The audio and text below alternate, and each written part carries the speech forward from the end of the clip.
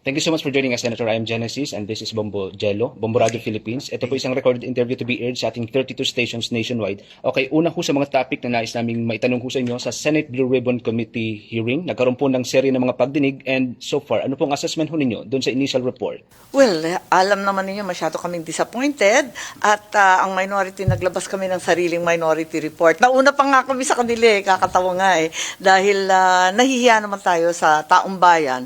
Talagang inaasam-asam nila, natutumbukin ang mga mastermind. Ang mga tinuturo, yung mga, sabihin na natin, yung mga dili, sardinas, yung maliliit, asa na yung big fish na naasahan ng tao. Kaya naglabas kami ng minority report. Bitin na bitin para sa akin kinakailangan sana yung mga nandun na si Yusef Try-Give Olabia na siya naman ang nagsalita, na siya tumanggap ng pera. Hindi naman in-interview si Budget Secretary Amina. Bakit hindi pinapatawag yan? Pati si Speaker Romualdez noon. At yun nga, si Sergeant Gutesa, yung 18 Marines, kung sino-sino tinatawag at kung ano-ano tinatalakay, pero yung mga nagsasalita lang talaga, hindi naman tinutumbok yung mastermind. Senator, sabi po kasi kanina ni Senator Lacson, wala po daw, base po daw sa mga nakalap ng committee, wala po daw itinuturo na iisang mastermind, kundi mga district mastermind.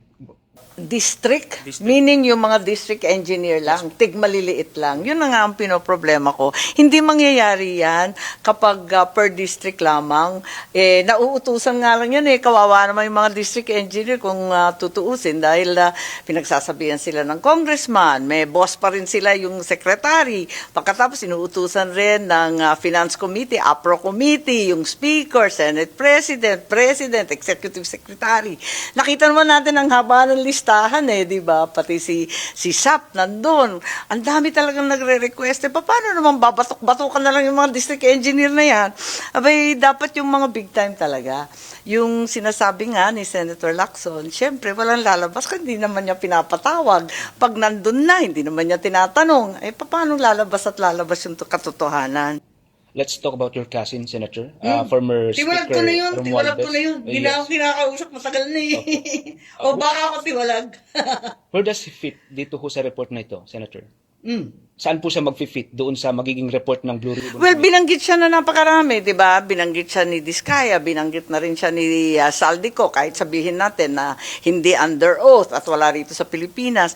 Ang dami nang nagsabi tungkol sa kanya, yung mga Marines nga, kompletos recados, hanggang kay Presidente Bongbong, may picture sila, may mga dokumento, may mga resibo. Ganon din naman si Saldico, tulad ng sinabi ko kanina, mga numero ng cheque. Nung tinatanong, totoo daw kasi talagang may checking ganun sa bangko. Kaya kinakailangan ungkatin natin yan at wag na tayo sa technicality at kung ano-ano pang dahilan. Alam naman natin puros palusot kapag ayaw. Nagkakaroon tuloy ng bahid na may pinoprotektahan, may pinagtatago. Alam mo yon, pangit yun Kinakailangan sabihin yung totoo para matumbok na natin to kasi habang nagkakaganito, walang pumapasok na investment, mababa ang sahod, ayan, tapos yung trabaho nawawala pa kasi ang daming nagsasara dito sa oil shock. Talking about dating Speaker Romualdez, Senator, and Saldico, sabi po kanina ni Santing sa press con, ihaharap niya po daw yung 18 Marines dito sa hearing pag makakauwi na po daw si Saldico sa Pilipinas. Ang problema, di ba, kung ano-ano ang announce sa Malacanang, si Presidente pa mismo nagsabi na naaresto na, yun pala hindi naman totoo. Yun nga, nakuryente silang lahat. Kaya ngayon, wala nang naniniwala. At kung aantayin natin yan, baka naman until kingdom come, hindi pa tapos yan. Kaya sana, kung sino narito, iharap na kaagad. You used to be the chair ng Foreign Committee ng Senate, Senator. Anong take mo ninyo doon kay Saldico? May nakukuha kayong information na pwede hong i-share sa public? Wala naman. Pero nababalitaan ko na nandun nga sa Europe At hindi ganoon kasimple yung magpa-extradite dahil ang European, dahil sa kanilang kasaysayan, mahigpit na mahigpit sa political oppression kasi nangyari na sa kanila. At dahil doon, talagang pag sinasabi ng isang refugee, sabihin natin, o yung naghahanap ng political asylum, sinasabi niya na talagang pag umuwi siya, aapihin siya, o talagang pahihirapan siya, yung pamilya niya, ay talagang mahigpit doon, mahirap. Tapos, ang Pilipinas, iilan lang talaga ang bansa kung saan may extradition. Hindi ganun kadali, hindi ganun kasimple. Pero inaasahan ko na uuwi at magsasabi ng totoo si Saldico. Sabi naman niya, handang-handa siya. One last question sa Blue Ribbon Committee at sa flood control scandal.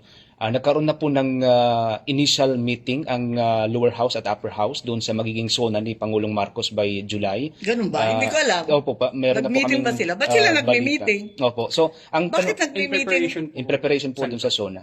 Akala ko nagme-meeting. Kasi usually, syempre yung SONA, naghahanda yung mga executive departments, kinukumpuni lahat ng report nila, lahat ng accomplishment nila. Siguro yung physical arrangements lang yung sa Congress kasi doon naman sinasagawa. Sa tingin po ninyo, Senator, may maganda bang maiuulat si Pangulong Marcos, ang kapatid ho ninyo, about sa flood control scandal, knowing na siya po yung naglabas ho nito? Oo nga, last year, di ba, parang nagpasabog na soundbite na biglang mahiya naman kayo. Yun, nagumpisa. It took on a life of its own. Parang nagkaroon talaga ng interest yung tao kung ano ba talaga ang nangyari. Tapos naglabas pa sila ng listahan. Pero hanggang ngayon, eto nga, sabi nga ninyo, papasok na naman tayo sa SONA. Wala pa naman nakikitang big fish, ika nga, mastermind, lahat yan. Walang-wala pa.